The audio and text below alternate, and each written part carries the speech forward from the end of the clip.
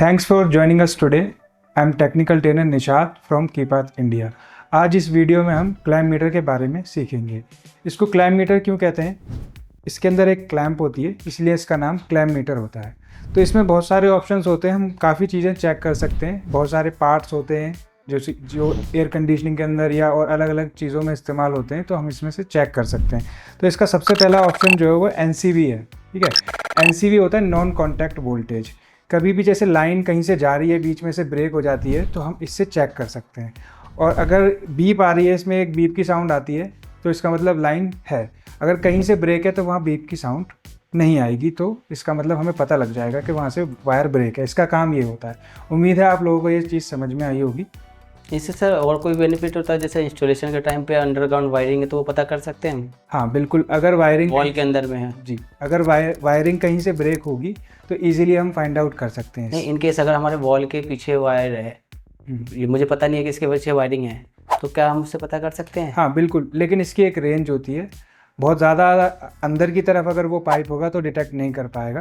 तो लगभग 1 इंच लगभग इसकी रेंज होती है, उसके अंदर ये नहीं सही से पता लगा पाएगा। ठीक है, तो इसका ये बेनिफिट है। नेक्स्ट स्टेप है एम्पेयर। बेसिकली मशीन कुछ ना कुछ एम्पेयर लेती है, तो हम इससे एम्पेयर चेक कर सकते हैं। एम्पेयर चेक करने के लिए हम इसके क्लैम्प को ओपन करेंगे। जो एक लाइन वाला वायर होता है और एक न्यूट्रल वाला वायर होता है, लाइन वाले वायर में इसको लगाकर हम एम्पेयर चेक कर सकते हैं मशीन के। एम्पेयर हम चेक करते हैं मशीन में, मतलब इस वक्त क्या चीज़ कैसे चीज़ चल रही है, उसके पैरामीटर्स चेक करने के लिए हम इसको चेक कर सकते हैं। बाकी ये वोल्टेज है, वोल्टेज पे हम वोल्टेज ला के चेक करते हैं। एक लाइन होता है, एक न्यूट्रल होता है। ठीक है, तो ये जो रेड वाला होता है वो लाइन में लगाना होता है, न्यूट्रल वाला ब्लैक में लगाना होता है, और हमको वोल्टेज चेक करना है। अभी AC वोल्टेज की बात करें तो वो 220 230 वोल्टेज जो भी होंगे वो AC वोल्टेज हम चेक करेंगे। दूसरा जो स्टेप है, इसमें हमको DC वोल्टेज चेक करना होता है। सेम प्रोसेस यही है चेक करने का। अगर आगे बात करें हम, तो इसमें 4 ऑप्शन होते हैं। पहला ऑप्शन होता है, इसके अंदर एक कैपेसिटर चेक कर सकते हो आप। रेजिस्टेंस वाली कुछ चीज़ें होती हैं, उसको हम चेक कर सकते हैं बजर मोड पे। बाकी क्लोम्स में भी रेजिस्टेंस हम चेक कर सकते हैं, और हम इसमें एक डायोड का फंक्शन भी है, उसको भी हम चेक कर सकते हैं। ये जब हम इस पे लाते हैं तो ऑटो सेलेक्ट रहता है। कोई भी चीज़ अगर हम चेक कर रहे हैं तो ऑटोमेटिक उस पर वो कन्वर्ट हो जाती है। बाकी अगर स्पेसिफिक चीज़ मुझे सेलेक्ट करनी है तो मेरे को इसके बटन को बार बार प्रेस करना होगा, और सिंबल आपको वो दिखाएगा।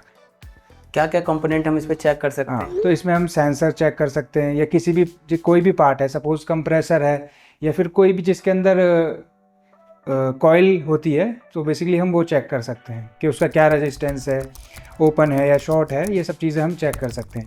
ऐसे अगर हम बात करते हैं बज़र की, तो जो 200 से 200 ओम तक जो रेजिस्टेंस रहता है उसमें बज़र की साउंड आती है। ठीक है, और बाकी हम डायोड चेक कर सकते हैं। ठीक है, डायोड क्या होता है, एक 1 वे ट्रैफिक होता है। इधर से अगर वोल्टेज जा रहे हैं तो वो वापस नहीं आने देता, उनको एक तरफ लॉक करके रखता है। अगर हम बात करें हर्ट्ज़ की, आपने देखा होगा कि जो हमारी जो लाइट आती है 220 वोल्टेज 60 हर्ट्ज़ 50 हर्ट्ज़ लिखा हुआ रहता है, तो हम हर्ट्ज़ भी चेक कर सकते हैं।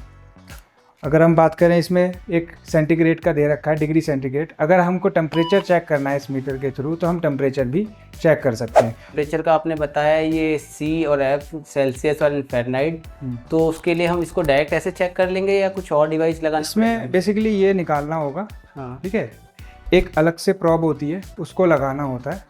फिर हम जब इस पर करेंगे तो हम आसानी से टेम्परेचर चेक कर सकते हैं। डिग्री सेल्सियस एंड फ़ारेनहाइट दोनों हम चेक कर सकते हैं इसमें। बाकी अगर हम बात करें इसको लाइट की, तो इसमें एक लाइट का बटन दिया हुआ है, इसको हम प्रेस करेंगे तो इसमें डिस्प्ले में लाइट आ जाती है। और ऐसे ही अगर जैसे आप वोल्टेज चेक कर रहे हो या एम्पेयर चेक कर रहे हैं आप, तो होल्ड करना है, आपको देखना है, क्योंकि कभी कभी क्या होता है, फ्लक्चुएशन होती रहती है, तो इसको हम होल्ड भी कर सकते हैं। ठीक है, इतना ही था इस वीडियो में। मिलते हैं नेक्स्ट वीडियो में। धन्यवाद।